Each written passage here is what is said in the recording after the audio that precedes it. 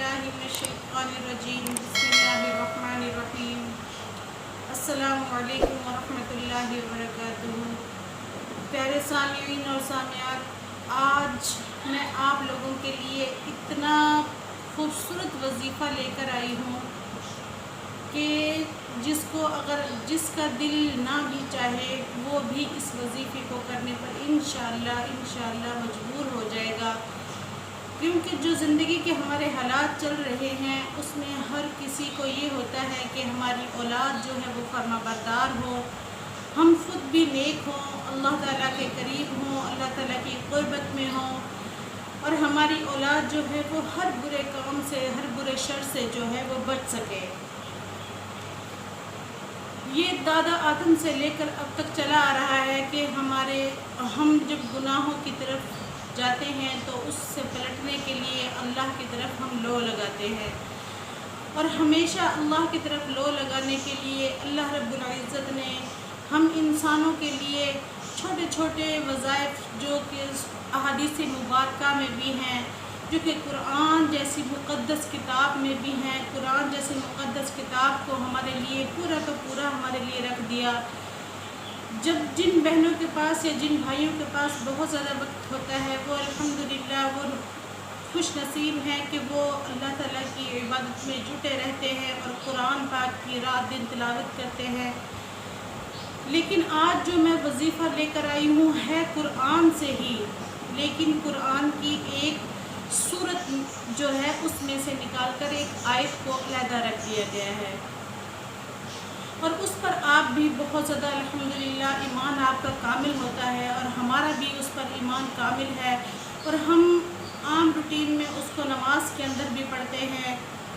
तो ये जो वज़ाइफ हैं ये हज़रत दादा आदम अलैहिस्सलाम से जब गलती हो गई थी, उनसे गलती सरज़द हुई थी, तो उस वक़्त उन्होंने कुरान मजीद फुरक़ान हमीद की जो सूरह अल-बक़रा की आयत हैं उनको पढ़कर अल्लाह के सामने गिड़गिड़ाए, रोए, तो अल्लाह ताला ने उनको माफ़ फरमा दिया। तो कहने का मकसद यहाँ पर ये है कि हमारी ज़िंदगियों के लिए जब अल्लाह ताला के सामने सजदे में हम रोते हैं, गिड़गिड़ाते हैं, तो उसके लिए कुछ ना कुछ अल्लाह रब्बुल इज़्ज़त ने अपने प्यारे महबूब के ज़रिए से हमारे लिए छोटी छोटी सूरतों, उन सूरतों में से छोटे छोटे वज़ाइफ करके रख दिए हैं ताकि हम पर ज़्यादा मुशक्क़तें ना हों, ज़्यादा परेशानियाँ ना हों। क्योंकि हम हर वक्त कुरान पाक को हाथ में उठाए नहीं फिर सकते। जो हाफिज़ कुरान है वो तो अल्हम्दुलिल्लाह इसको कर सकते हैं कि वो अपने दिल में कुरान को लिए फिरते हैं, लेकिन जो हाफिज़ कुरान नहीं होते तो वो छोटी सूरतों में से छोटी छोटी आयत को निकाल कर अपने लिए वजीफ़े बना लेते हैं, जो हर वक्त चलते फिरते, उठते बैठते अपनी आल औलाद के लिए, अपने लिए वज़ाइफ करते रहते हैं। और ये वजीफ़ा जो है ये मैं आज आपको यकीन माने इतना अल्हम्दुलिल्लाह यकीनी वजीफ़ा है कि जिसमें से 100% आप यकीन के साथ करेंगी तो आपको इससे अफाका ज़रूर होगा, या आपकी औलाद को इससे अफाका ज़रूर होगा। ये वो सूरत है जिसका नाजिल होने का अंदाज़ भी अलग, जिसमें आयात जो है उसमें अल्लाह रब्बुल इज़्ज़त ने अपने रहमान या रहीम होने की जो तफसीर बयान की, अगर उससे हम पूरे के पूरे समंदरों में स्याही बना दे और दरख़तों को कलम बना दे तब भी उसकी तारीफ़ जो है उस सूरत की ख़त्म ना हो। सुबहान अल्लाह। तो ये ऐसी सूरत है, तो उसमें से एक आयत को निकाल कर मज़ीद हमारे लिए आसानी पैदा फरमा दी। वो कौन सी आयत है वो मैं आपको बतलाती हूँ। वो आयत है इहदिनस सिरातल मुस्तक़ीम। कुरान पाक की जो सबसे पहली सूरह फातिहा है उसकी सबसे पहली उसमें ये आयत है इहदिनस सिरातल मुस्तक़ीम। ये आप अपने लिए भी चलते फिरते अपने लिए हिदायत की दुआ मांग सकते हैं, या अल्लाह ने सीधा रास्ता दिखा, सिरात मुस्तक़ीम पर चला। और उसमें अगर जिसकी औलाद नाफरमान हो वो उसके लिए बहुत ही ज़्यादा मुजर्रब वजीफ़ा है। आप यकीन माने इसको करके देखें और आप 100% इससे अपने बच्चों में यानी कि तब्दीली महसूस करेंगे इंशाअल्लाह। लेकिन यकीन कामिल हो, यकीन जो है हमारा कामिल हो और हमारा यकीन जो है उसमें डगमगाए मत, तो उस वक़्त ये हमारा वजीफ़ा जो है ये हमारे लिए حامی ہوگا۔ اس کا کیا طریقہ ہے کہ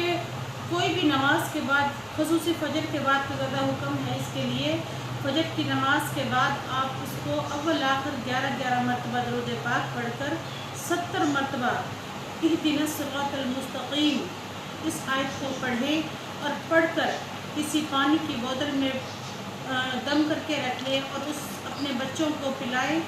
اور سب سے جو اس میں خاص بات ہے وہ یہ ہے کہ جب آپ اس وظیفہ کو کریں گی تو یعنی کہ ماں یا بیٹی یا بہن جو بھی کرے اس وظیفے کو کرے تو وہ باوضو ہو کر کرے، باوضو ہونے کے ساتھ ساتھ اپنے دل اور دماغ کو مکمل طور پہ اپنے بچہ جو بہت زیادہ نافرمان ہے انشاءاللہ، جو اللہ سے بھی دور ہو چکا ہے، اہدنا الصراط المستقیم کا مطلب یہی ہے کہ یا اللہ ہمیں صراط مستقیم پر چلا دے، وہ راستہ جو سیدھا راستہ ہے۔ تو اس انسان کے دل کو اپنی آنکھوں کے سامنے رکھیں کہ یا اللہ یہ دل بہت زنگ آلود ہے، بہت گناہوں سے لت پت دل ہے، یا اللہ پاک میرے بچے کے دل کو یا میرے بھائی کے دل کو یا میرے بیٹے کے دل کو یا اللہ اس زنگ سے نکال کر یا اللہ سیدھے راستے پر چلا دے۔ اور یہ آپ نے دل سے کرنا ہے وظیفہ، بالکل آپ نے ایسے کرنا ہے، چاہے وہ دور بھی ہو، سویا ہو، اٹھ رہا ہو، باہر ہو، لیکن آپ نے اپنے وظیفے پر مکمل توجہ رکھنی ہے۔ آپ نے اس وظیفے کو بالکل بھی اس طرح نہیں کرنا کہ غفلت سے کیا جائے، اور کرنے کے ساتھ آپ نے سب سے آخر میں دعا مانگنی ہے، اول آخر درود پاک پڑھ کر 11 مرتبہ درود پاک پڑھنے کے بعد۔ اور جب آپ یعنی کہ پانی کو دم کر لیں، اب وہ آپ کی مرضی ہے، وہ اس کو کیسے پلا سکتی ہیں، گلاس میں ڈال کے دے دیں، یا پھر جب بھی کھانا بنائیں اس کے کھانے میں ڈال دیں، یا پھر آپ ویسے بھی دم کر سکتی ہیں اس پر سوئے ہوئے پہ، جب گھر پر آئے اس طریقے سے بھی دم کیا جا سکتا ہے۔ اور اس کی مقدار مدت جو ہے، مدت اس کی کوئی نہیں ہے۔ جب آپ کو اپنی اولاد میں یا اس بندے میں فرق محسوس ہونا شروع ہو جائے تو آپ کرتے جائیں اس کو، وہ آپ 10 دن میں، 11 دن میں، 12 دن میں، 20 دن میں، 25 دن میں، زیادہ سے زیادہ کتنا دن، انشاءاللہ 21 دن کا زیادہ تر ہوتا ہے کہ اس 21 دن کے اندر آپ کو فرق محسوس ہونا شروع ہو جائے گا۔ اور آپ یہ ضرور کیجئے گا کیونکہ اس کو یقین اور کامل، کیونکہ یہ ایک صورت ہی ایسی ہے کہ جس کو نماز بھی جس کے بغیر ادا نہیں ہوتی، تو جب ہم اللہ کے سامنے سچے دل سے آنسو بہا کر اللہ کے سامنے اس کا وظیفہ کریں گے تو اللہ تعالیٰ کبھی بھی ہماری دعا کو رد نہیں کریں گے۔ تو اللہ تعالیٰ سے یہی دعا ہے کہ اللہ میری اولاد کو اور آپ سب کی اولادوں کو اور امت مسلمہ کی اولادوں کو نیک صالح بنائے اور ہر گناہ سے بچنے والا بنائے، ان کو سب کو اللہ پاک ہم سب کے بچوں کی عزتوں کو محفوظ فرمائے۔ آمین ثم آمین برحمتک یا ارحم الراحمین۔